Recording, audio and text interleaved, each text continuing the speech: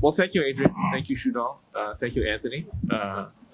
Really delighted to be back here again and enjoying the hospitality at the Calandra Institute.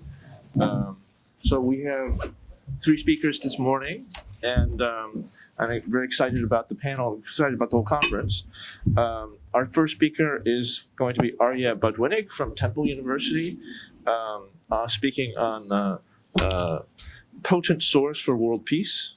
And I think Aryeh is we all know Aryeh. He's a longtime contributor at Telos, and I'm really delighted to have him back at one of our conferences again. All right, so please go ahead, Aryeh. Mm-hmm. Well, in terms of the title of the conference, Forms of War, a major source of conflict in the world, are the religious fundamentalists of the world. Oh, sorry. Okay.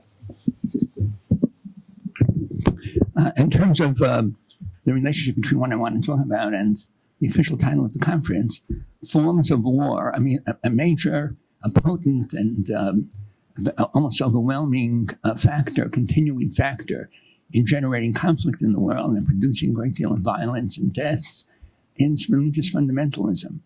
And my paper is basically a theoretical argument against the cogency of religious fundamentalism. Religious fundamentalism, I will argue, is not religious. It's a form of idolatry.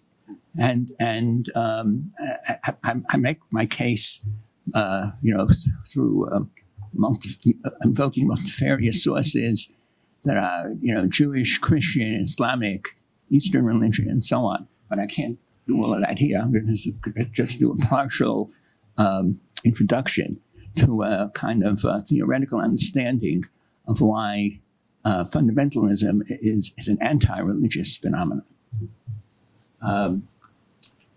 Being able to sustain the distinction between God's unknowability and God's non-existence is a crucial prerequisite for deepening the coherence of our understanding of Western religion and for the articulation and generation of prospects toward peace. So that kind of correlation is true both internationally and domestically, and even sort of psychologically, psychoanalytically.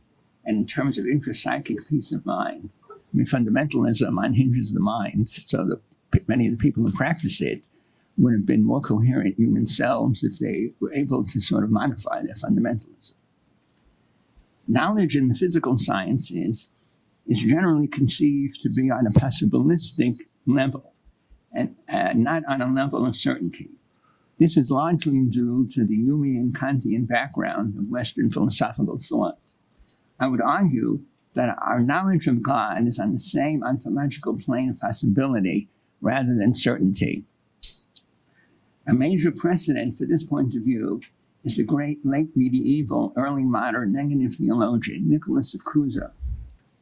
This is the way that Nicholas connects God with possibility. Nicholas of Cusa, one of the major influences on his life and work, was Moses Maimonides, the author of The Guide of the Perplexed, which preceded his lifetime about 2 to 3 centuries.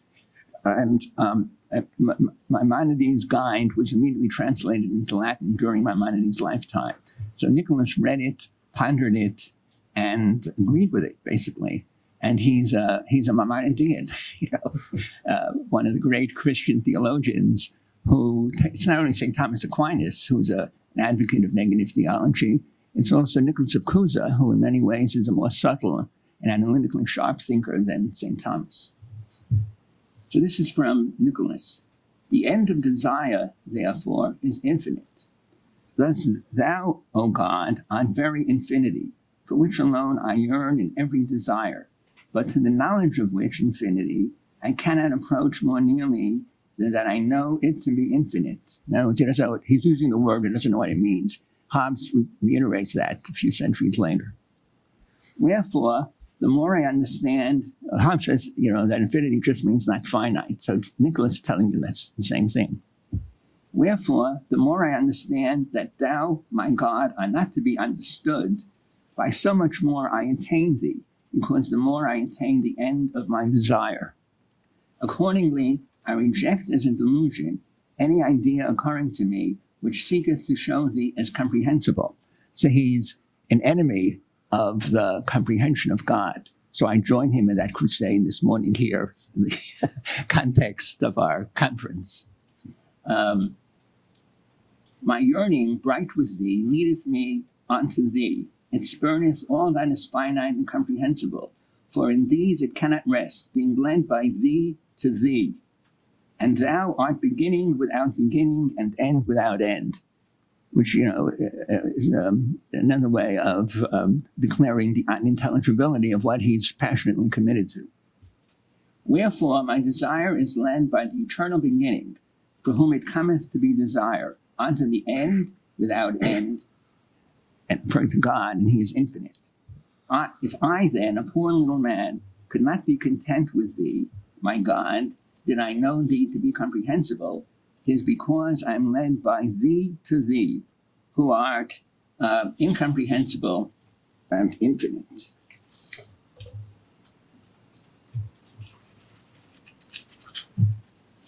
Under Nicholas of Cusa's negative theological scrutiny, God emerges as at best a possibility rather than a certainty.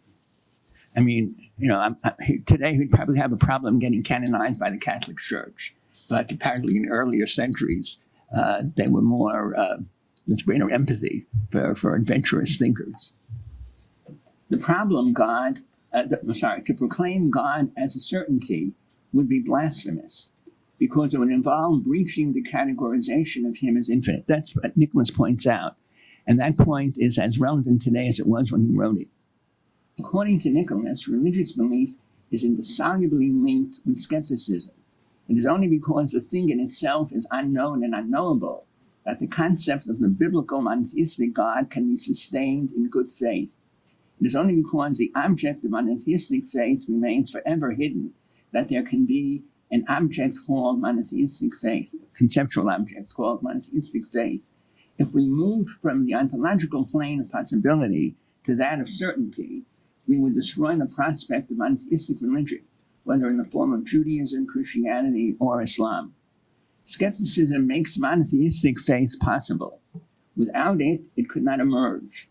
Because God can never be fully addressed or known, we have God. God can only be categorized as a possibility in order to be affirmed as a biblical monotheistic God. If he is to be grasped as a certainty, then it becomes another idolatrous artifact that human beings have fashioned and worshipped. So in other words, the fundamentalists are not only toying, but they often exemplify and embody and enact idolatry. And that's a fair assessment based upon this broadened historical theological context that I'm trying to place before us this morning. Moses Maimonides, who is the major systematizer and spokesman for negative theology, that we can only say what God is not, but not what he is in the Middle Ages, paradoxically turned out to be a central architect in the project of rendering it impossible to disprove God's existence. Negative theology, I've been working on it for, since the late 90s. Negative theology, it has occurred to me recently, is riddled by internal contradiction. In other words, it's important to see that in order to be able to say what God is not, a statement of denial has to be predicated upon a full comprehension of the positive formulation that you're denying. But Maimonides is telling us that we can never have a coherent positive formulation. So by the same token, he is tainting himself. And therefore, you cannot have a rational, supportable denial. So Maimonides cuts the ground from under his own feet in the very course of making his case as an autonomous critical thinker against the idolatrous legacy that he still confronted in many ways in the Middle Ages. So with Maimonides, as a partial product of the yeshiva world, we can an assumption of the leading expositors of the Talmudic text is that Maimonides beat you to it. He saw the difficulty, and he deals with it. Well, in this case, I want to be more daring than they are in the yeshiva world. I think the person who sees it best and gives us the way out of this central dilemma is David Hume. in the treatise and in the major works that he wrote. And I'll get to that hopefully shortly. According to Maimonides, the whole divine vocabulary is metaphoric from start to finish. This means that we can only say what God is not. He is not any of the things that we literally take him to be, but we cannot fathom or articulate what he is, what his identity literally construed is. Since the whole divine vocabulary is redeemably metaphoric, no component of it is a literal, direct, unadorned statement about God, we can never say what God is. By the same token, the inaccessibility of the what also serves to undermine the accessibility and credibility of the that, the attributes, the characteristics that go to define God as a unique entity. The unavailability of the literal attributes serves to call into question whether God himself exists. That's another, suppressed contradiction in Maimonides. If there are no attributes, you're talking about a nullity. In other words, Maimonides destroys his case in the course of making it. That's very important to see. I mean, Gershom Scholem, the great historian of Jewish mysticism, says that Maimonides is the classic segue into Jewish mysticism. And you can see why. I mean, that he's a segue into mysticism because nothing that he says is rational in this case. It's a rationally riddled and undermined argument that he makes about negative theology. I mean, if it was just rested on him, if there was no follow-up, he would have been dismissed long ago. What he does is open the gates to a non-rational reading, and Nicholas of Cusa follows him in that. I mean, if you have a conception of God that makes these contradictions central to your understanding of who God is, then the only way that the term God can be articulated and defended is as a mystical entity. Mystical entity means that you're not required to be rational anymore. That's it. The one major way in which Maimonides befuddles contemporary readers and is therefore tolerated by its fundamentalists is they think that if Maimonides went off the track, it's because he has a separate category of reason that's alternative to God, to religion, and that he wants to be able to rationally investigate and present an argument in defense of the monotheistic God. But Maimonides, from a Maimonidean point of view, and Nicholas supports him, and sort of the most sophisticated negative theologians from Hobbes is a negative theologian, Hume is a negative theologian. I mean, it includes, Maimonides casts a very long shadow. Maimonides is not the creator of negative theology. The creator of negative theology, in terms of my own investigations, is none other than Plato in the Parmenides, when he says, and this is a sentence that sort of, it takes a lifetime to get adjusted to it, that he says the one is a name only. There's no sense and no reference. There's no connotation, there's no denotation attached to the one. Maimonides ends up in the same position. He ends up in a Platonic position. That's not an accident. The Islamic philosophers, great theologians in their own rights, some of them, like Avicenna and Al-Farabi, who transmit to him the legacy of Greek thought, acquainted him with the Platonic argument. I mean, he gets it secondhand, indirectly, but he gets it. And he ends up in the same position, that God is not only indefensible, he's incoherent. There's nothing to defend, there's nothing to attack. It evaporates under your very gaze. There's no sense and no reference. The one is a name only. And the Maimonidean God is a name only. So which tells us that there's no such thing as faith. Maimonides, who uses the term faith very lavishly and elaborately in both his Code of Jewish Law, the Mishnah Torah, and in his Guide of the Perplexed, his using of the term, his usage of the term God is just kind of red herring. He doesn't want to disappoint the true believers, and he wants to tell the truth as he sees it. So operating on these two levels, he ends up being, inconsistent and incoherent in his own right. But if you take into account the pluralistic audiences that he willy-nilly has to confront, so he has to make believe that faith is a defensible notion. For Maimonides, faith is a category within reason itself. In other words, Maimonides is always indirectly part of the submerged content in Maimonidean argument about God is the problem of the infinite regress. That if you're looking to defend any statement whatsoever in any field of human inquiry or human discourse, you need a kind of background support statement, foundation, right? Some kind of foundation that will support how you comprehend, how you make your case in relation to the thesis that you're advancing.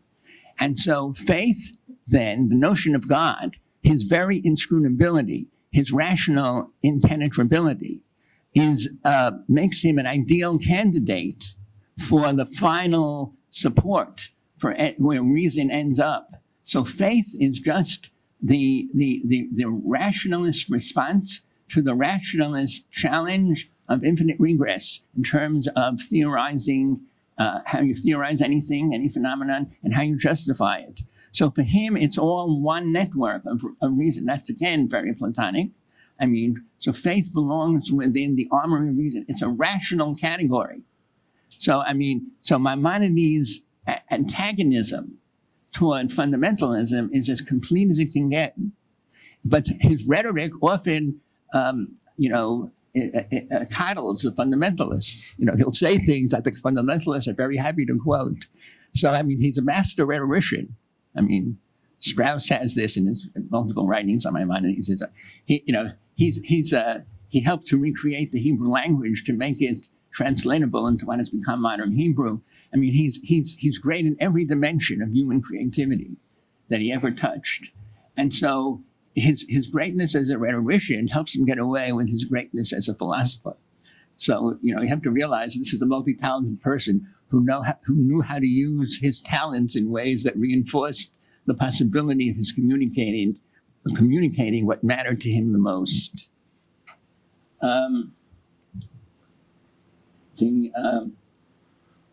As a result of these considerations, we can also never say that or what God is not.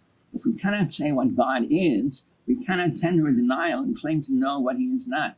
Negative theology also undermines what generally appears as a necessarily logical relationship subsisting between an affirmation and a denial. So if God is the subject, he has no attributes that are humanly identifiable and comprehensible, we could then say that he continues to exist without attributes. But you can't say that. That's gibberish. Okay, yeah. Words. Okay, so let me get to the you portion of this. So according to Maimonides, and according to Nicholas, and according to the most sophisticated negative theologians who work today in the world, the term God is just a mystical invocation. It's nothing more than that. And Maimonides knew it. I think it's deliberately crafted to be that. It's not as if he stumbles. He doesn't stumble. There, the yeshiva world is right. He doesn't stumble. But he creates a conceptual architecture that allows you to see that if you want to be charitable in your judgment. And he tells us more than once in his writings that the need to be charitable. And Quine repeats that in current philosophy. He's also a partial Maimonidean. Charitableness is the name of the game, because you got to realize that not everything that appears to be part of the meaning it doesn't have to be part of the meaning. It has to be part of what will enable you to approach and digest the meaning before your antagonistic apparatus is aroused and you begin to dismiss it. So in any event, what happens is that what rescues Maimonides, what rescues this vision of religion as possibilistic, is an idea that whose origins in modern philosophy, I think, go back to David Hume. I mean, for Hume, causality doesn't have, it's not rationally defensible, nor is it empirically defensible. I mean, it's not cause, human reason doesn't require the notion of cause to work.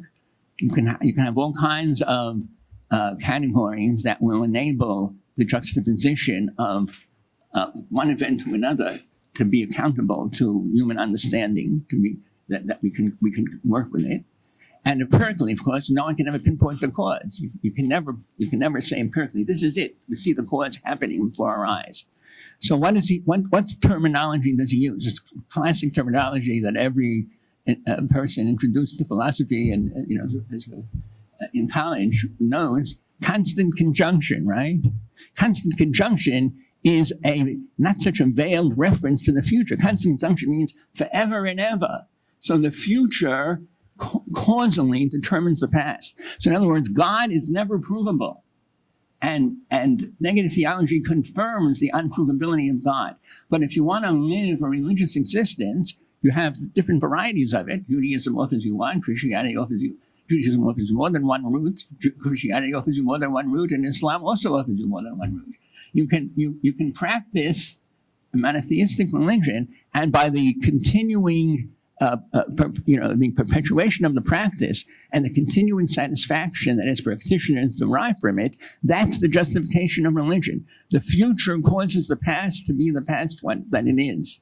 In other words, there's nothing more reliable. In other words, monotheism, negatively theologically construed, is a form of skepticism. In other words, it's skepticism about God. I mean, that's clear. So skepticism about God is a theory of God. How can you make that kind of contradictory alchemy work? The only way you can make it work is through a Humean strategy of having the future determine the past. And so that's, in fact, the way Judaism, Christianity, and Islam function today. They function because people adhere to them. So, to say I'm not a believer because there's no rational basis for belief, you're absolutely right. But that doesn't exempt you from doing it. You do it because that's the only way you have the world. Any component of it, not just the religious components, but the scientific and technological components, are all never fully transparent. There are always opaque elements. We never get the infinite regress always triumphs over our attempts at rational elucidation. So the only way that we can live is by following the Humean principle. So Hume is a great defender of Maimonides, indirectly, without knowing it probably, and a great defender of religion, despite his sense of personal identity and his own proclamations. I'll pause here.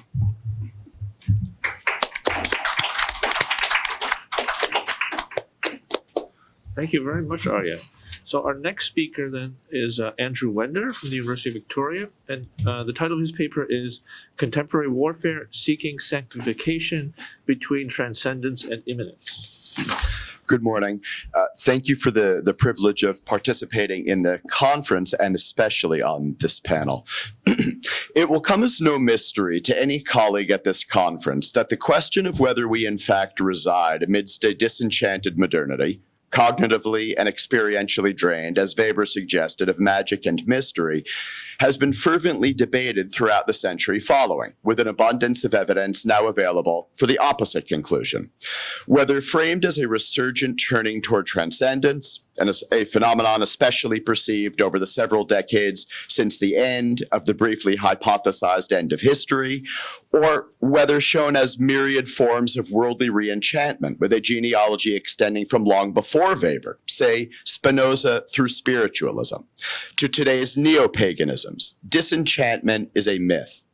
That is, disenchantment is a long and complex, if increasingly less than compelling, regulative story about how the modern world is or should be expected to be, punctuated by such an artificial binary as religion versus secularity.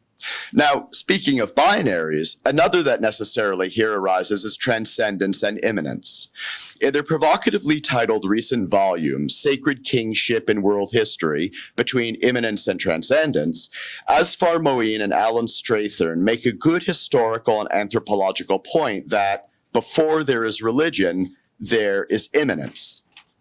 To be sure, it would appear that over the tens of thousands of years during which humans have been imagining a relationship between cosmic and political order, not least concerning war, the vast majority of this time has presupposed the worldly intervention of ancestors, spirits, and gods rather than a god above.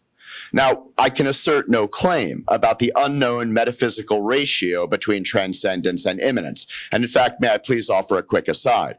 While not wishing to confuse the discussion through a terminological tennis game alternating between first serve for transcendence and immanence, I generally foreground the former, although Moeen and Strathern make convincingly clear why they begin with the latter. No doubt, this is my own theistic acculturation at work.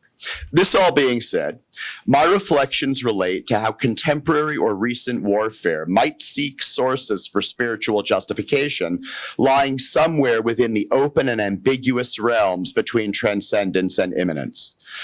The moral implications are immense. In reverence of who or what is killing undertaken, whether that reference takes the form of sincere devotion, attempted rhetorical legitimation, or again, something in between. Pivotal to the inquiry is the profound degree to which a dialectic between transcendence and immanence is linked with the relationship among apocalypticism, eschatology, and political or other forms of worldly power and violence. By the apocalypse, one might mean, to quote Alison McQueen on ancient as well as modern contexts, an imminent and cataclysmic end to the known world and arrival of a radically new future. In a telling intimation of the sometimes said modernist gravitation back toward immanence, McQueen asserts, when we speak of apocalypse today, we describe cataclysms, from nuclear war to climate change, that are of human making and not divine. One might, of course, ask if something on the order of COVID merits addition to this 2018 account, notwithstanding whether the world-rending, if not world-ending virus emanated from a lab or other human manipulation of nature. Eschatology extends the equation by implying a final judgment or dispensation reaching still beyond an historical apocalypse. Here too, though, the possibilities range from eternal otherworldly salvation to Eric Voegelin's influential 1952 reading of modern utopianisms struggling to immanentize the eschaton. One can only surmise what Voegelin might have to say about development subsequent to his 1985 death. For instance, post-Cold War military interventions underwritten by liberal humanitarian triumphalism, or, gesturing toward worlds beyond, the transhumanist quest for effective immortality. While one would have to have a messianic complex to attempt an encompassing survey of historical worldviews, varying significations of transcendence and immanence, a few landmarks may be illuminating. Zoroastrianism's postulation of a cosmic struggle in which Ahura Mazda's transcendent goodness and light will ultimately vanquish the worldly darkness introduced by Ahriman runs as a current through further visions of salvation, the Abrahamic faiths and otherwise.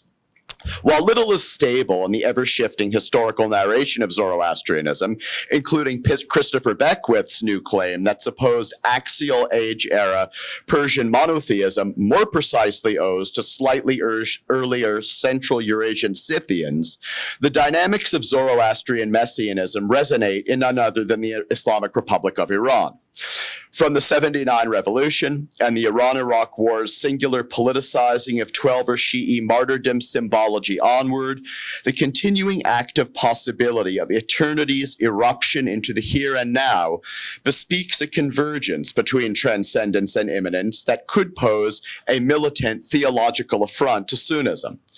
On Sayyid Amir Arjaman's reading, Iranian revolutionary Shi'ism thus preserves the heritage of pristine apocalyptic messianism, whereas Sunni Islam developed largely from the historical memory of the realized messianism of Muhammad's prophecy in Medina. The leap of logic toward some of today's explosively hostile Sunni accusations of heretical Shi'i paganism, most notoriously as held forth by ISIS, is readily conceivable. Moreover, in decrying the Westphalian state as an ungodly Western colonial superimposition, a critique all the more utopian now that ISIS stands primarily as a deterritorialized digital would-be caliphate, albeit one still capable of inspiring deadly attacks in locales like Afghanistan, ISIS underscores Iran's improbable claim for merging Shi'i theocracy with the Hobbesian mortal god. The interworldly side of the Transcendence Immanence spectrum is also likely quite well familiar to Telos' colleagues. Carl Schmitt's understanding of political theology might be regarded in essence as carrying the Hobbesian notion of state sovereign as mortal god, originally postulated within a deistic 17th century milieu. Let us leave aside the possibility of atheistic or even apophatic theological renderings of Hobbes. This is carried forth to its logical post-French Revolutionary and post-Hegelian immanentist conclusion. Arising thereafter in time was Vogelin's paradigm of immanentist modern political religions, typified by apocalyptically totalitarian Nazism and Bolshevism. No less, within the early Cold War environment, was Jakob Talmann's identification of totalitarian democracy as a possible species genetically linked with Jacobin as well as Marxian messianisms. So too, the post-World War II era saw Jakob Taubes's apocalyptic framing of the history of modernity as equating to a world burst open by biblical messianism turned inward with radical new possibilities emergent. As Michael Weinman and Isaac Ariel Reed evoked late last year, in their Hedgehog Review article, Gnosticism and Modernity, or Why History Refuses to End, the peculiar Gnostic element, prominent in both Vogelin's and Taubes's accounts of modernist apocalypticism, serves to help bring up to date the tumultuous story of divine transcendence collapsing back into immanentism. The tumult is ironic. The ancient Gnostic impulse, construed by Vogelin as a perilously distorted modern re-embodiment, is predicated on a longing to reconstruct the lost order of being, with humankind as self-saving deliverer from a world turned dark and evil. Whereas Gnosticism's ancient Near Eastern, especially Persian roots, were grounded in esoteric spiritual knowledge as a base for vaulting over the chasm of history and into transcendence, the modernist mutation appropriated transcendence for its own apotheosis. While it may be, as Arjamand implies, that Vogelin's notion of modern Gnosticism represents a somewhat unfortunate extrapolation from late antiquarian struggles for salvation in the face of imperial oppression to self-sanctifying 20th century European totalitarianisms, the idea is hardly irrelevant to warfare today. Let us consider the most tragically salient example. Vladimir Putin's summer 2021 historical manifesto, taken together with the Russian president's subsequent public pronouncements, purports to articulate a civilizational and spiritual rationale for stark territorial conquest. Putin's evocation of tropes effectively counterpoising Russian Orthodox champion transcendence against myriad modes of immanence is so gratuitous as to beggar belief.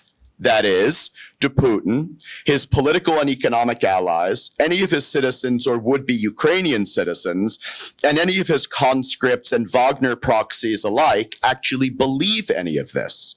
Or, given that we cannot really know, for various reasons, what any of these individuals believes, is it sufficient for them to act as if they do believe, in what some interpreters might regard as a key indicator of genuine religious sentiment? As it happens, two variants of immanentist modern Gnosticism identified by Vogelin, Nazism and Bolshevism, are pinpointed by Putin as mortal threats to the proper historical unity of Russians and Ukrainians. Yet, in casting his condemnation beyond the averred, enduring boundaries of ancient Rus, Putin suggests an interpretive move that Vogelin assiduously did not make within his own place and time, namely, decrying Western liberalism as not merely neo-pagan, but outright satanic, by way of the dark, deceitful forces that this self-professed benign ideology in fact unleashes on the world.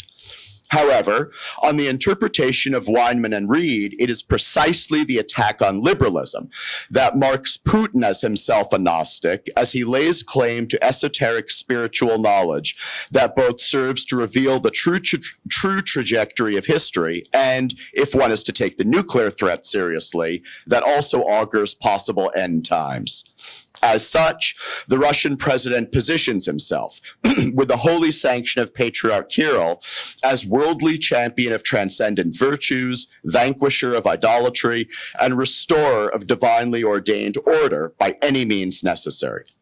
So, which is it that President Putin looks to for sanctification of his war against Ukraine? Transcendence, as he would boldly proclaim? Immanence, despite his paradoxically Gnostic protestations against paganism, or something in the ineffable in between? Moreover, does it make a difference whether, as Telos' colleagues have debated in the journal's Winter 2022 issue, the Russia-Ukraine war is not really a civilizational struggle, whatever the rhetorical window dressing raised by any involved party, but in actuality a war about national sovereignty and territory, pitting those who invade against those who defend? If the latter, then this too might take us back into the vast terrain between transcendence and immanence, marked, for example, by Schmittian maxims about the transcendent cum immanentist character of modern state-based political theology, and also now classic debates over whether nationalism ideologically equates to religion. Further, to borrow from Philip Gorski, what of the various other ethno-nationalist god kings of our time, please fill in your chosen names here, who, even if not engaged in outright wars, merged the politics of immanence with appeals to transcendence, in strategically rousing their constituencies to the edge of violence, if not over the edge. In whatever circumstances we find ourselves, we live between heaven and earth. In this spirit, I hope it is not inappropriate of me to close with a personal anecdote. Permission has been granted by my wife, Arzu. Last weekend, we were having lunch while I worked on this paper, and Arzu asked me what my conference panel was about. When I responded, spiritual justifications for war, she immediately barked in response, "There are none." This from an exceedingly kind, soft-spoken person. That was that, and we went back to watching our daughter jump on her safe, politically speaking anyway, Canadian trampoline. Arzu is a devout Baha'i, whose family left Iran for Canada shortly before the revolution and has never returned for fear of persecution. Now, while I'm never quite sure what I believe in a religious sense, Arzu has full faith in the promise of transcendent salvation, including expected messianic eruptions into the world, albeit not to be realized in a political fashion, at least in a state-like form.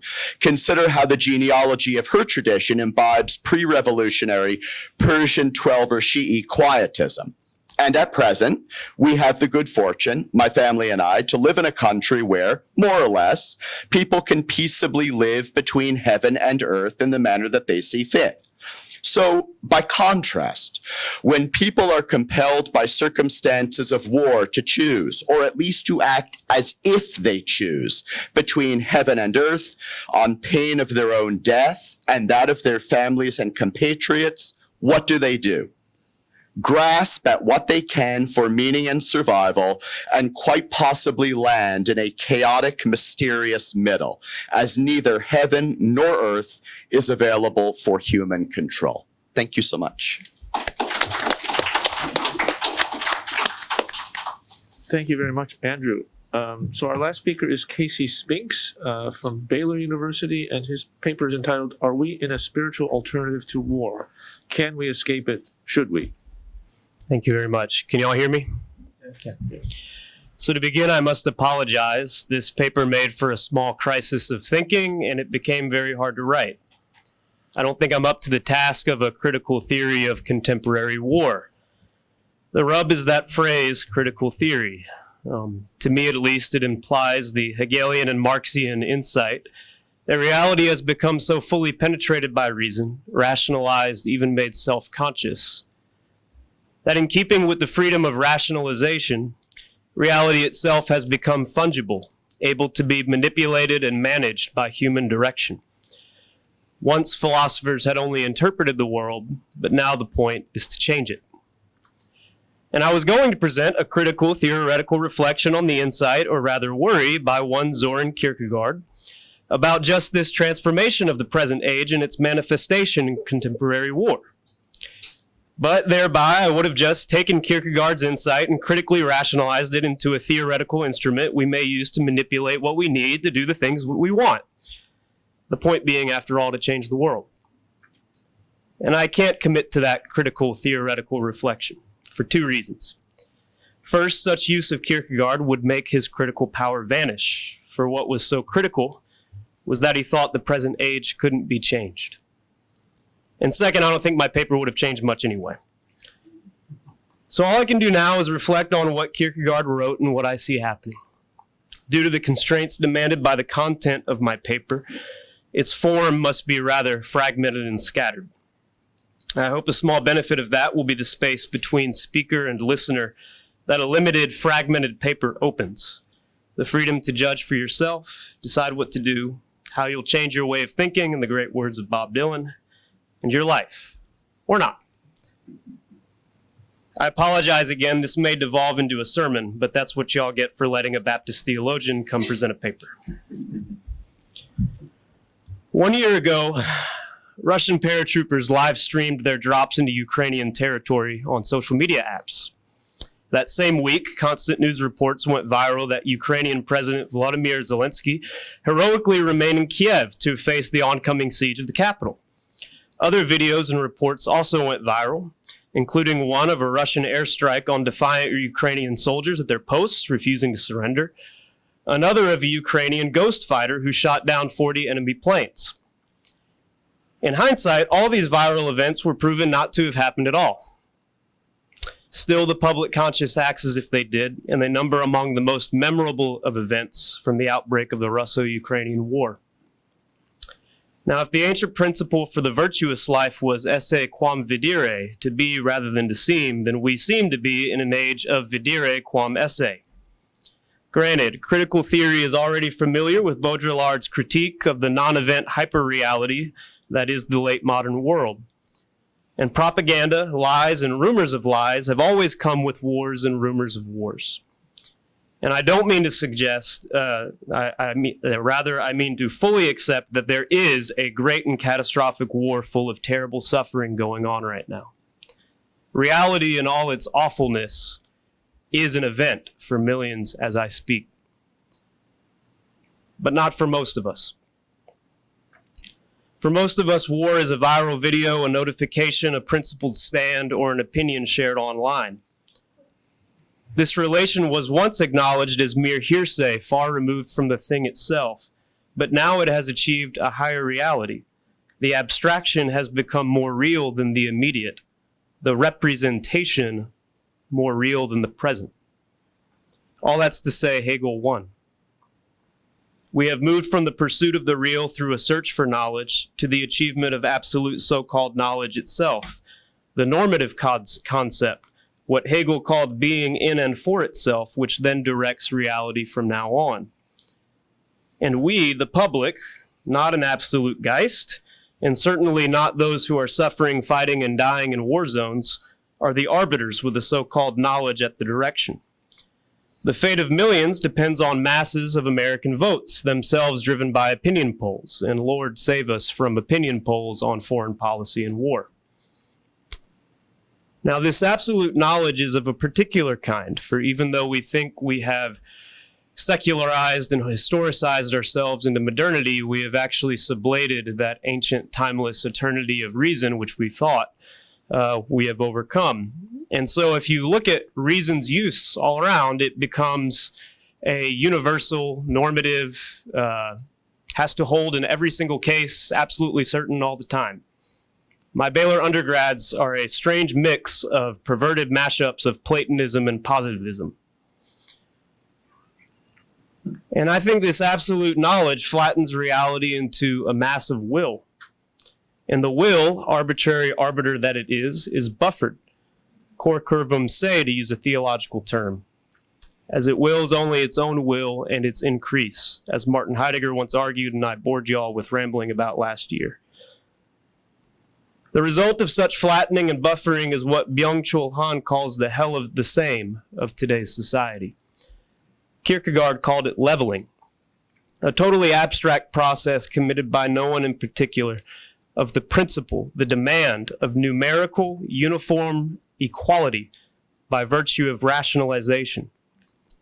No one is better or worse, or can or should be, so they will be made the same.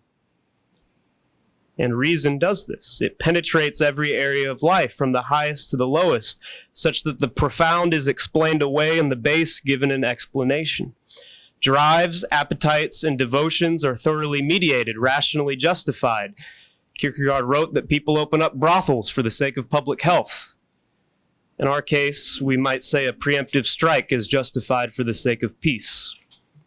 All these are matters of principle, in Kierkegaard's words. Not passionate instinct or even vain self-interest. Kierkegaard wrote in his journals directly contrary to Hegel.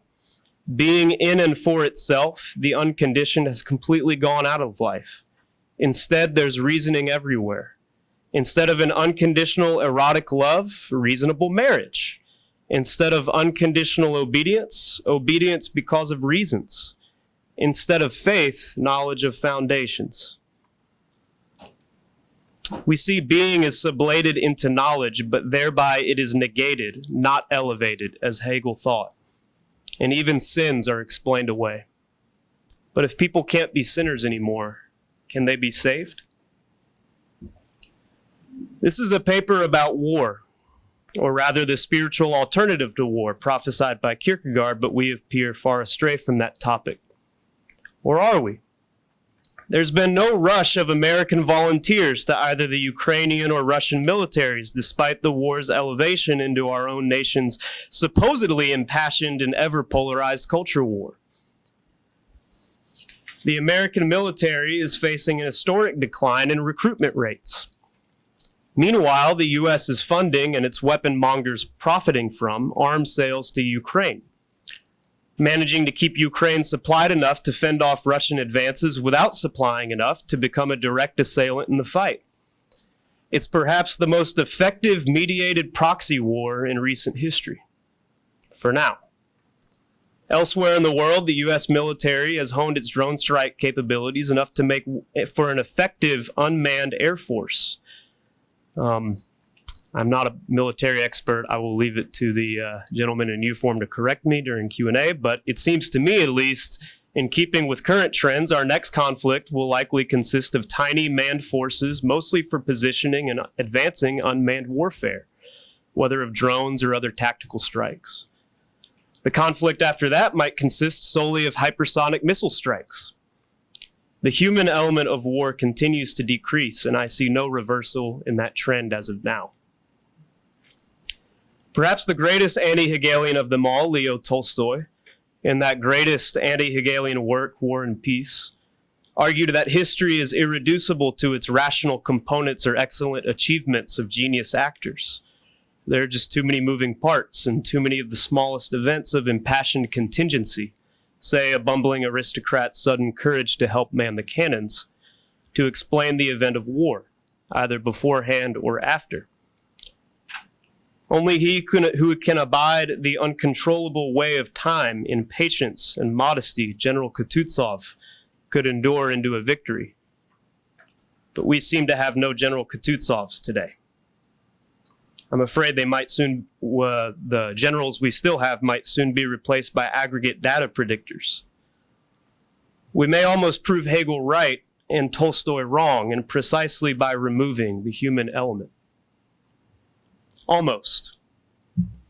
For as we know, years of war and civilian death and military destruction led by our most qualified who calculated for every contingency have ended in failure. And I cannot emphasize enough that the overwhelming majority of destruction and life lost has befallen civilians, not combatants.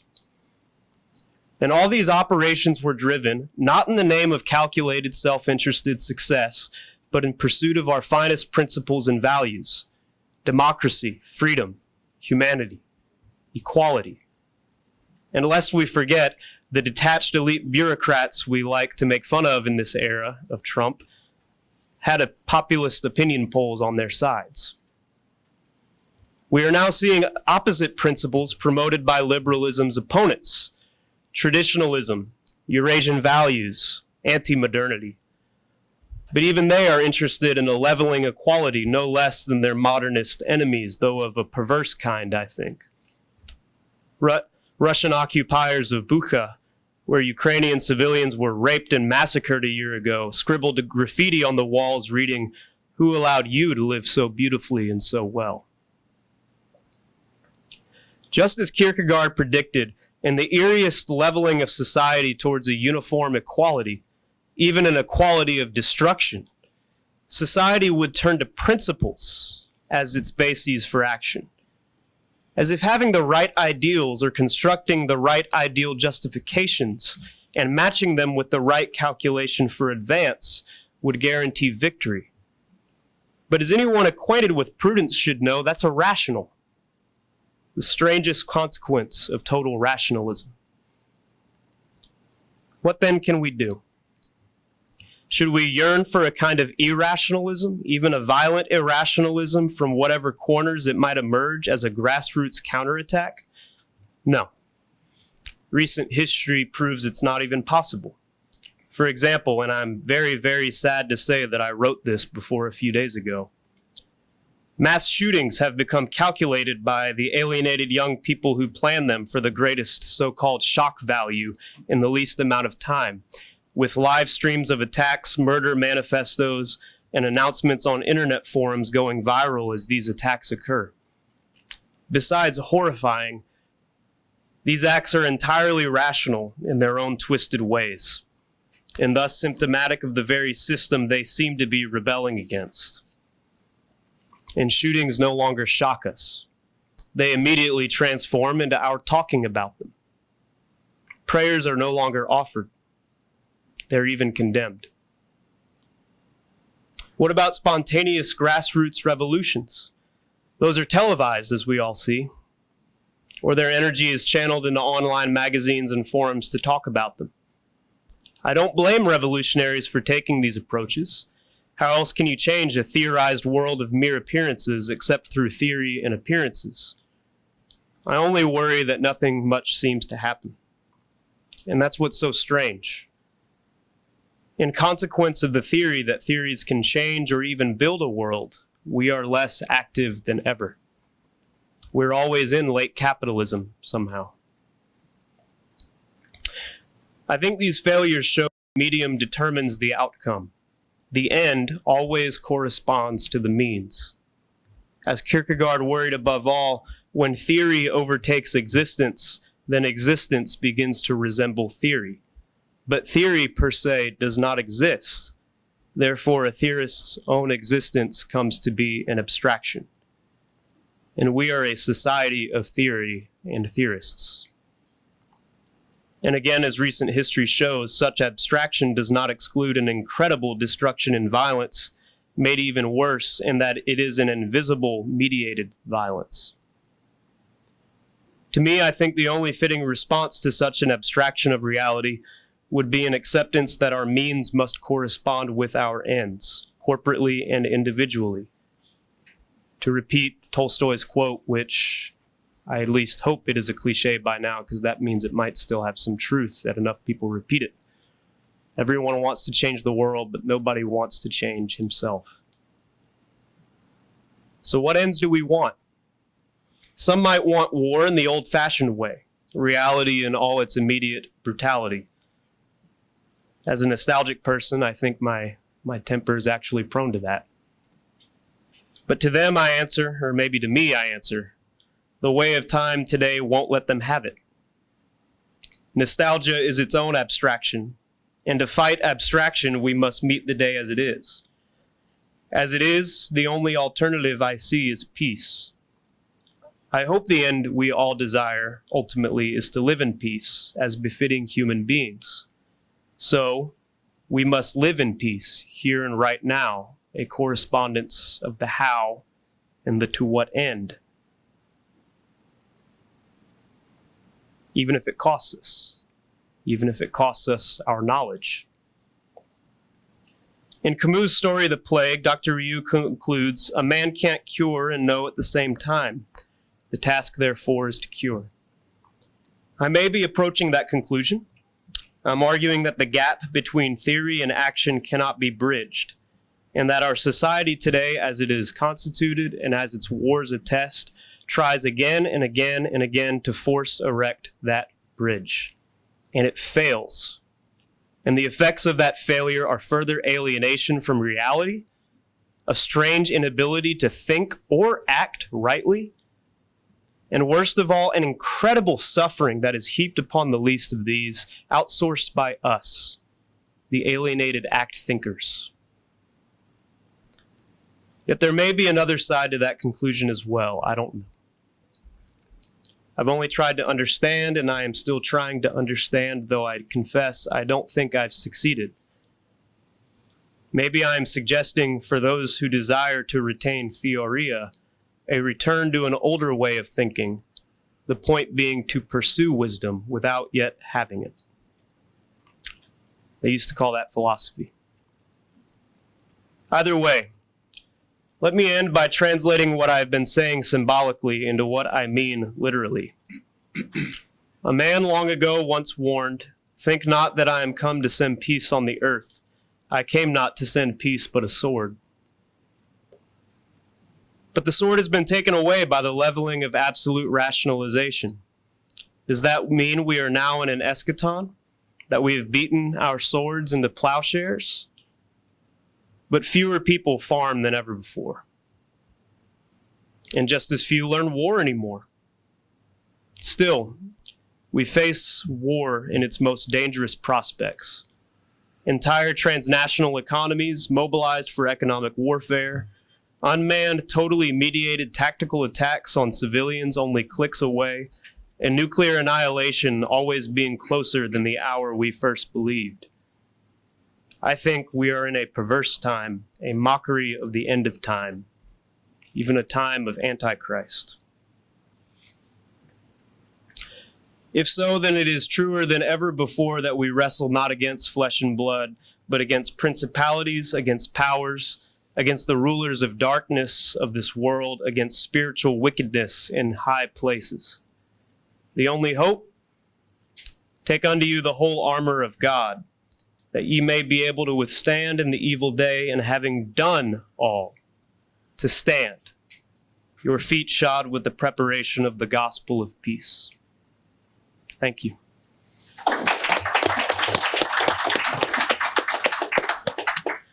Thank you very much. So we have some time for questions.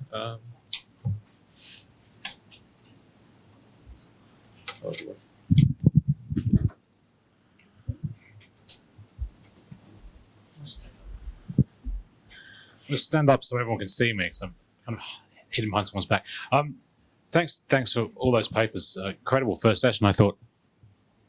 I just wanted to direct like a little kind of critical question to Aryeh, or maybe even just like a nitpick, really, because with any of your papers, there's very little to disagree with. But I wondered at the end if you don't give David Hume a little bit too much credit, because I feel like. With Hume, you get the skepticism that you're talking about, and I can see how you think that might kind of complete what Maimonides is trying to do. But actually, I wondered, and this is even before Casey started speaking, whether it wasn't someone more like Kierkegaard that you need to complete it. Because with Hume, you get the skeptical question, but he doesn't really believe in the future. He's like, well, we'll just act as if the future exists, like the sun will rise tomorrow, but we don't really have any reason. I feel like maybe faith is the missing ingredient. I'm not sure what you'd say to that. I mean, the faith has been given a rational and scientific veneer. The faith has been given a rational and scientific veneer. It's now a kind of unified conceptual and behavioral entity. It's one thing. So the mere fact that he instills this doubt of categorization in us by the fact that it can be subsumed under two conflicting rubrics is enough of a victory from his point of view, enough of a revolutionary infiltration of the ordinary way of perceiving the flow of reality.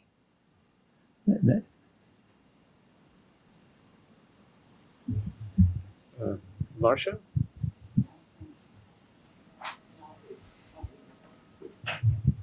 Can you hear me over there? Yeah? Yes. Okay. So, Marcia Pally, NYU, and the theology faculty at Humboldt University. I have a comment for Aryeh, and maybe you can comment back at me. I think that the Rambam, the Maimonides, gets himself into hot water, not only because, as you say, he posits a via negativa for which you need a prior positive concept in order to know what God is not. I think he gets himself into hot water, but he also gets himself into hot water because he has a positive description of the deity as a simple, unitary, unity, immaterial, infinite, necessary being, which is a positive description, which he holds throughout his philosophy.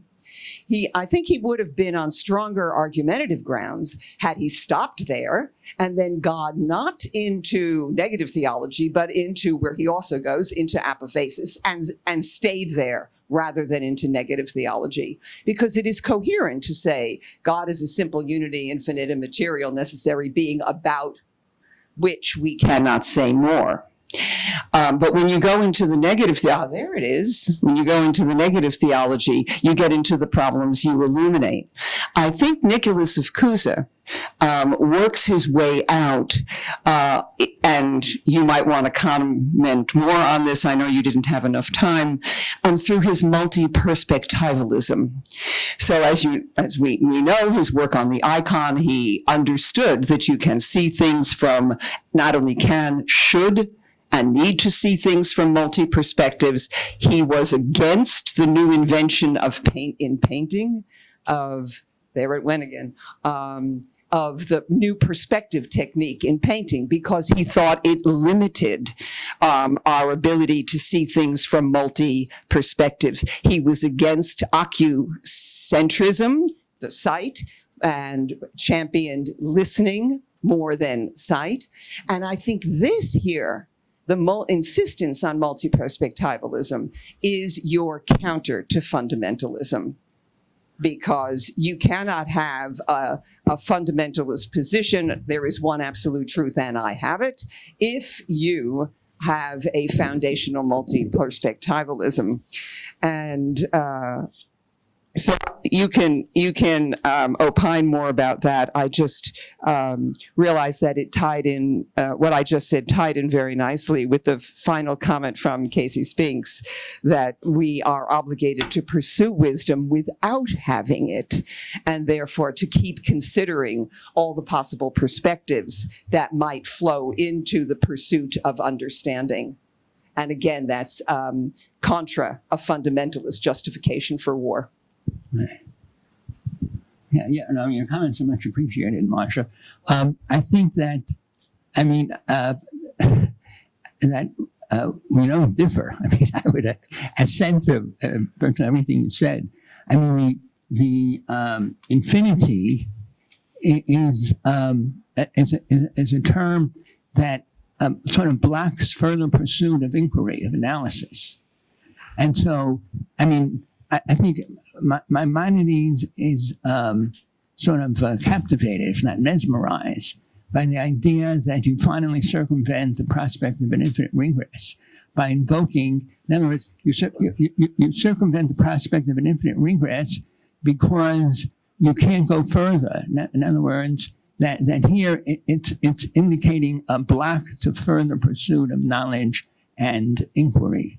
And so reaching a point where you're not able to move beyond where you are is a good enough substitute for him for invoking the notion of God. God tells you that it's a place where you stop. It's not a place that offers illumination. It's just a place that doesn't let you go on. So by not letting you go on, it's good enough. It's good enough theological inquiry to post a limit to how far you can interrogate the possibility of God. So by recognizing that he's supposed to represent the infinite rather than the finite, so it's therefore God because it's infinite, so it's beyond the human sphere. And the fact that we don't know anything about the infinite and certainly don't know how the infinite maps onto the finite, so that God doesn't do us any good as an explanatory concept, that's a reasonable place to stop, because it calls attention to the fact that God, as I was arguing in my paper, is a rational concept. I mean, that faith does not transcend reason. Faith is where reason ends up when it goes through all of the moves that it is trained to make. And so faith is useful in just heralding a not fully satisfactory, but at least authentic. In other words, you can't go any further, so you're immobilized at that point. It's a place to stop. It's a place to stop, and that's what makes it good enough. In other words, God doesn't offer the final explanation, but God offers us a platform for understanding why there is no final explanation. In other words, God is a skeptical conceptual instrumentality for alerting us to the limits of thought. And when it serves that purpose, it fulfills his conception of where faith fits in the economy of human life. Faith fits in by alerting us to the fact that we cannot understand everything. That when we attempt to catapult ourselves into a position of knowing beyond what our traditional range of claims to knowledge, that we just sit up against the blank wall. We can't translate the categories that attract us into a plausible pattern of interconnection with the quandaries that propelled us in the direction of turning to God. So for him, the closure of inquiry is a rationalist, represents a rationalist success. And so so when he uses all this highfalutin idealistic language, it's again something that I pointed out in the talk itself. I mean, he's appealing to multiple constituencies, and if you insert the Humean premise of the future causing the past, then even those who learn from him how to be theologically sophisticated, they appreciate the reminder that you need to do. In other words, if you identify as a Christian or a Jew or a Muslim, you need to do some of the things that publicly proclaim who you think you are. And because the public proclamation is a form of internal recertification of that identity, by enacting it, you increase your commitment to it, your fidelity to it.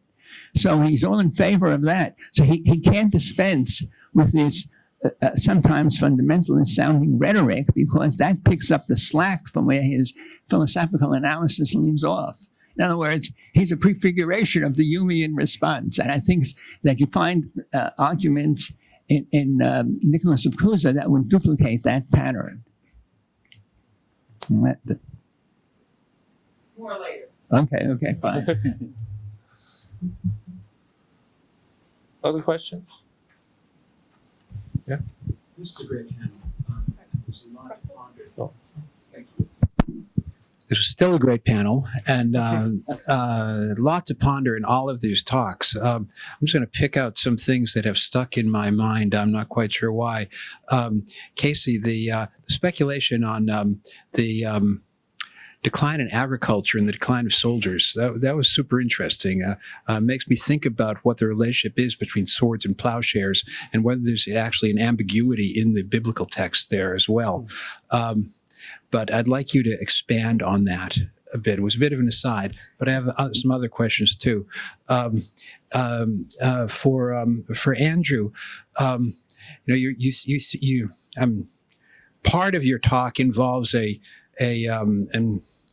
speculation on what the real status of the religious rhetoric is in the Ukraine war. Does anybody really believe it? Huh? And I wonder if there's a sort of a metric problem here in the wars that have been fought. Let's say at least in modernity. Has anybody ever really believed it? Certainly, have the soldiers ever believed it? I'm not sure. And to the extent that ideologies are promulgated, I wonder if it's more about mobilizing public support, but the people who are in the front. There's an anecdote. I have no idea if it's true, but we're in this Hegelian world. In some of the wars in the Middle East that were alleged to be wars of Islam against Islam or Islam against whatever, the book most frequently found in the material of the abandoned Islamic camps was Islam for Dummies. That is, they really didn't know what they were doing. Right? Therefore, are the Russian soldiers in Ukraine equally dumb about the anti-liberalism that they're allegedly defending? And then finally, Aryeh, a question for you. Fair enough. You're talking about theology here, but you're also talking about religion more broadly. And I wonder if you've mounted not an argument so much against fundamentalism, but against any positive religious practice. Unknowability of God, okay, got that. But I think religion is made up of all sorts of other things as well. It provides comfort. It provides life regulation. Does the unknowability of God negate the covenant? Does it negate the flesh that the Word became, et cetera, et cetera? So while a fundamentalist might claim direct and full knowledge of this or that, I think there are all sorts of other parts of religion that aren't about skepticism, that indeed involve a kind of positive understanding of the comfort that religion can give to people in their existential crises. Yeah. Well, I'm glad you picked that point up. I was wondering whether or not to cut it because nobody would take it seriously. But I know I don't look like it, but I work at a farm once a week. And I did it mostly to keep myself from becoming just a brain in a vat, reading and writing all day. But it ties into, I guess, if I were to give any true prescription more than whatever I already gave in the paper, it's that there's some way, somehow, that we all need to reattune ourselves to reality through less mediated practices. It can be as simple as start growing your own food. I'm convinced that a lot of people are not sure where food comes from besides the grocery store or the restaurant. And I know, how many of y'all have ever gone hunting? Yeah. So I grew up in South Louisiana, so we grew up doing that. And hunting doesn't necessarily make you a pacifist, but it at least makes you to know the weight of taking life. And curiously, what I see from a lot of these mass shooters, for example, is that none of them did much physically as kids. I'm not sure if any of them ever got in a school fight. Maybe if they did, they would know the weight of violence. I'm speaking in, kind of just using anecdotes and examples, but I hope I'm getting the point across that, we really are alienated from just the most simple everyday practices. And if we want to start waging peace now, then a small part of that will be encouraging both ourselves, our universities, if those of you working in government trying to encourage through policy, however you can, to get people to reacquaint themselves with everyday reality. So that's about it. Russell, thank you so much for your excellent question. That is indeed one of the central questions, but also one of the irresolvable dilemmas for me in working on the paper. That is how almost impossible. I guess one could do survey sampling in very specific contexts, but how almost impossible it is to empirically verify what a participant in a war actually believes, and the degree to which that belief is or is not material to operations on the battlefield. I confess completely with humility, I myself have never experienced combat, so I don't know what it's like. In thinking of, my mind turns first across the range of possibilities to something like Ernst Jünger and the idea of being in combat, at least in his own experience, as a kind of effervescent, a transcendent experience, almost separate from particular denominational dogmas. So the question of whether it is rhetoric designed to mobilize a populace, that could well be, but that then also begs the question across, a great range of historical possibilities of when mobilizing the populace is separate from motivating soldiers, or in circumstances of modernity where the populace overlaps with the citizen soldier, so the attempted rhetorical mobilization is one and the same. I also think, in reflecting on the distinct examples to which I point here, there are so many specific psychological questions or psychodynamic questions that could even have to depend on the age of a soldier, what process of life acculturation one has experienced. So again, I think of the Iran-Iraq War, and in which the Shi'i martyrdom symbology was, mobilized by Khomeini and his colleagues as a means of trying to encourage fervor in the populace and among the soldiers with symbols like the white horse representing messianic deliverance. Whether any of those poor 15-year-old kids sent out to their deaths were actually at a point in their cognitive development and their personal desperation where they came to believe this, as distinct from a disillusioned, middle-aged person in an urban area who had seen the prior regime and now sees this one and is thinking, what is going on here? This is absolutely ridiculous. You people, as my father-in-law puts it, are being collectively brainwashed. I think of a writer, as you were talking on the psychodynamic dimensions, someone like Erich Fromm, and thinking about how mass consciousness is mobilized and to some degree genuinely forged at the psychological level. So rather than having questions, please forgive me for just having those reflections, because indeed what you pinpoint is, I recognize, a fundamental, irresolvable dilemma at the heart of the matter. And perhaps why, maybe just leaving with this, not wishing to go beyond the one sentence that I offered about Philip Gorski's comment on the God Kings of our time, plug in the names that one would see fit, but how, demagogic rhetoric in seeking to whip up public furor and sentiment on the basis of religious symbols, why at least some rhetoricians and advocates of war deem it useful, because maybe it gets, again, people to act as if they believe, whether or not they really do. Thank you so much. Okay. Russell, I think that Maimonides would concur with I think that Maimonides would concur with everything that you said.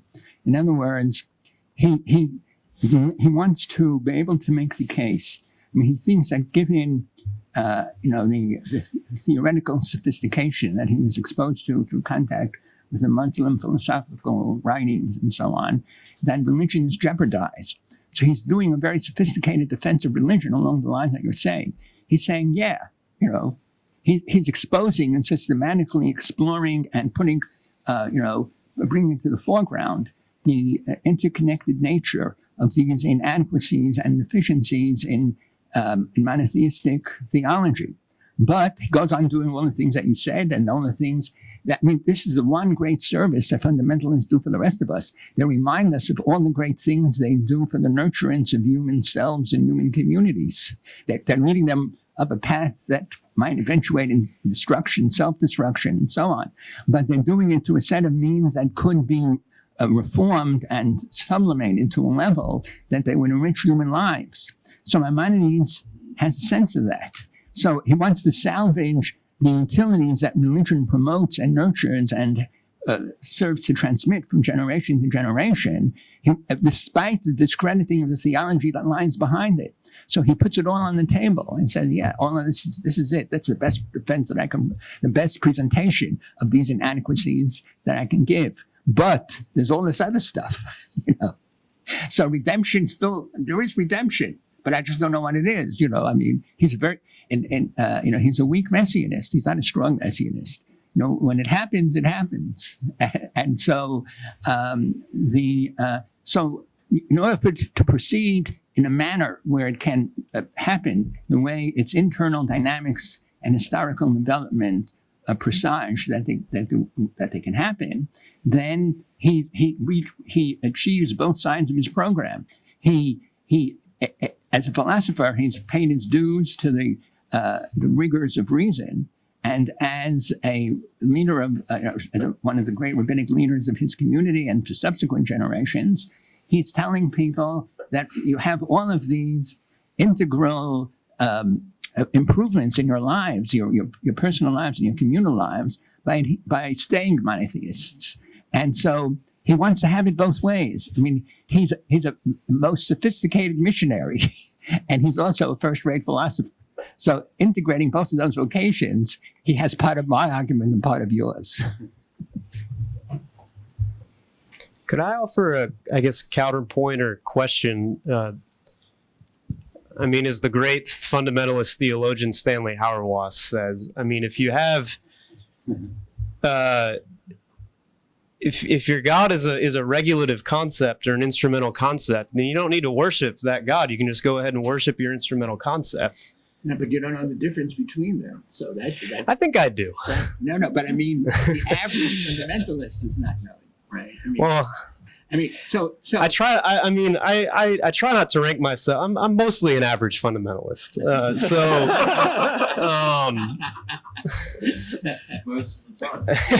Most of the time, except whenever I come to Telos conferences, perhaps. But even here, I don't see how your understanding of this use of religion as a means or a regulative way to meta-narrate the coherence of the world.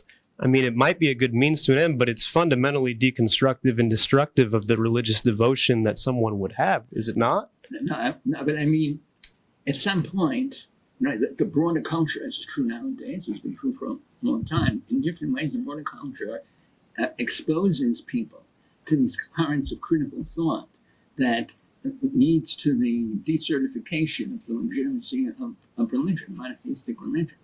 And so you want to be able to, I'm sorry. Okay. Yeah, sorry.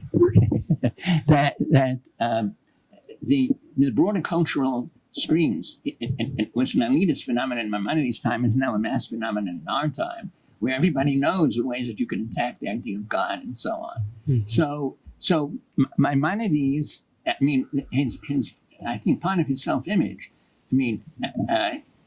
it consists in being able to systematically explore those limitations, and at the same time reaffirming that the satisfactions that religion yields are not illusory. They're real because his fundamental skepticism is his salvation. The fact that no one can do it better. In other words, religion hits up against blank wall, but every form of human rational inquiry hits up against a comparable blank wall. That being the case, so then you take what you can get. The satisfactions of religion we can all have. So it's useful in that sense. And so so there's mysticism for the blank wall. And in order to relate to the blank wall, you can be a mystic and not claim to have rational insight, and you don't even pursue that direction of relationship. And then you do pursue communal joining and advancement of these communal causes, helping the poor, doing all these other things that show you're part of a community that has a certain consciousness of the priorities of life, that this is the way to live, and that remains constant. That doesn't need justification. I mean, the vulnerable point is the idea of God. So he deals with the vulnerability, and he wants to sustain what the vulnerable pivotal category tried to justify, and he wants to be able to, in effect, to say its justification is not needed, doesn't work anyway. Forget about it. You just live like this. That's all. Thank you. This is a strange juxtaposition, but Wittgenstein is really appropriate here. I mean, it's a form of life. That's it. Christianity, Buddhism, and Islam and Judaism are all forms of life. They persisted for millennia and don't persist for more millennia. That's it. That's the way to look at it from a mathematical perspective. You don't have to go outside that framework to relate to it and justify it. That's futile. It won't get you anywhere. So I have a question, and I guess it's sort of to the whole panel, but specifically to what you just said, Aryeh, because if it's about a form of life and about certain positive ways of existing in community, part of war really is your affirmation of that way of existing as a community, and I mean, I think there's in some sense, one of the points of the panel has been to sort of indicate the way in which particular religious conception can justify war, right? But I mean, if you take the opposite stance and say, well, no conception can really justify war, then you've kind of given up on your form of life. You've kind of given up on your positive conception of what a life should be.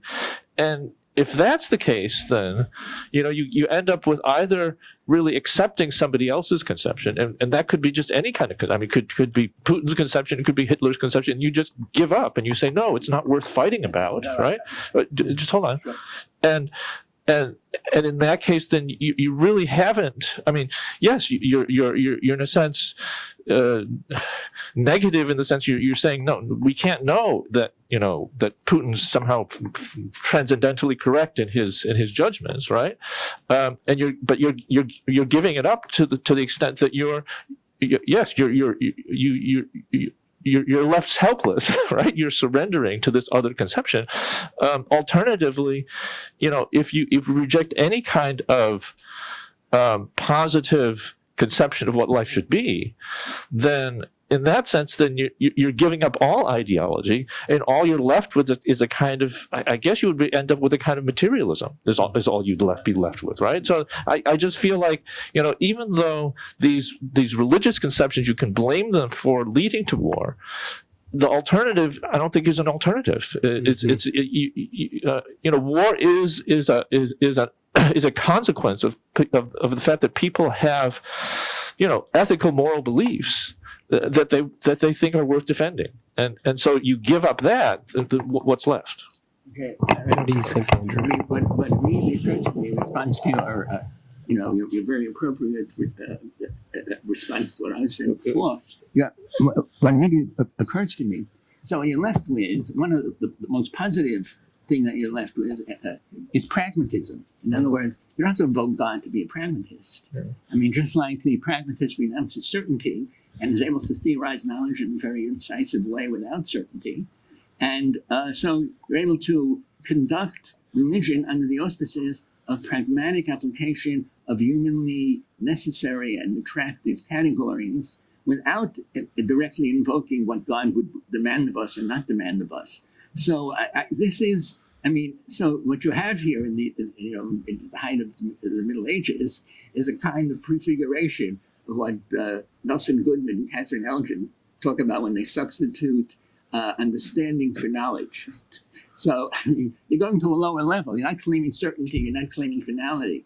You're claiming you have an insight as to how we got to where we are, what we can do in a limited fashion without having the full grasp of the field of forces that enter into our calculations, what we can do to extricate ourselves from the worst effects of where we got ourselves into. So if you stay on that level, you can proceed. So that Russell emphasized, could proceed apace. You could preserve the communal values sort of theoretically and theologically separate, distinct from the invocation of God as the ultimate sanction. So, I mean, if you can do this with epistemology, you can do it with religion. Okay. All right. Well, thank you very much. I mean, David, can we respond briefly? Is there enough? how about 30 seconds? 30 seconds. And then I want to defer to Casey. I think your question is excellent.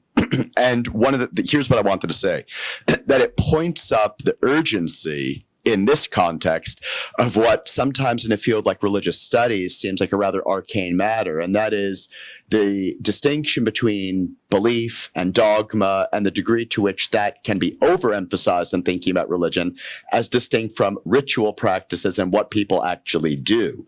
Now, if that becomes, as you say, kind of materialism or instrumentalism, so be it. But the fact perhaps is that in these contexts, it is what people do rather than what they believe that is truly shown to have the most life and death circumstances. And whether what they're doing is some kind of ritual evocation of a conception of the divine, well, that's a question for another day. Okay. I was just going to say, I'm not a theoretical or systematic pacifist. I think that in this day and age, however,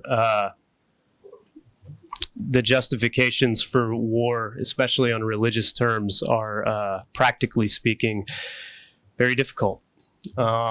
Just war theory. There's no better argument for peace than just war theory nowadays. And I will say this, it is a very big problem though, and I would say that the only solution from a Christian perspective is cultivating forms of life in everyday resistance through peaceful means and virtuous practices. And I will argue that the fundamentalists are the best ones at doing that because they actually believe what it is they're living. Thank you very much. Thank you for the whole panel and for our audience. Really great panel. Thank you.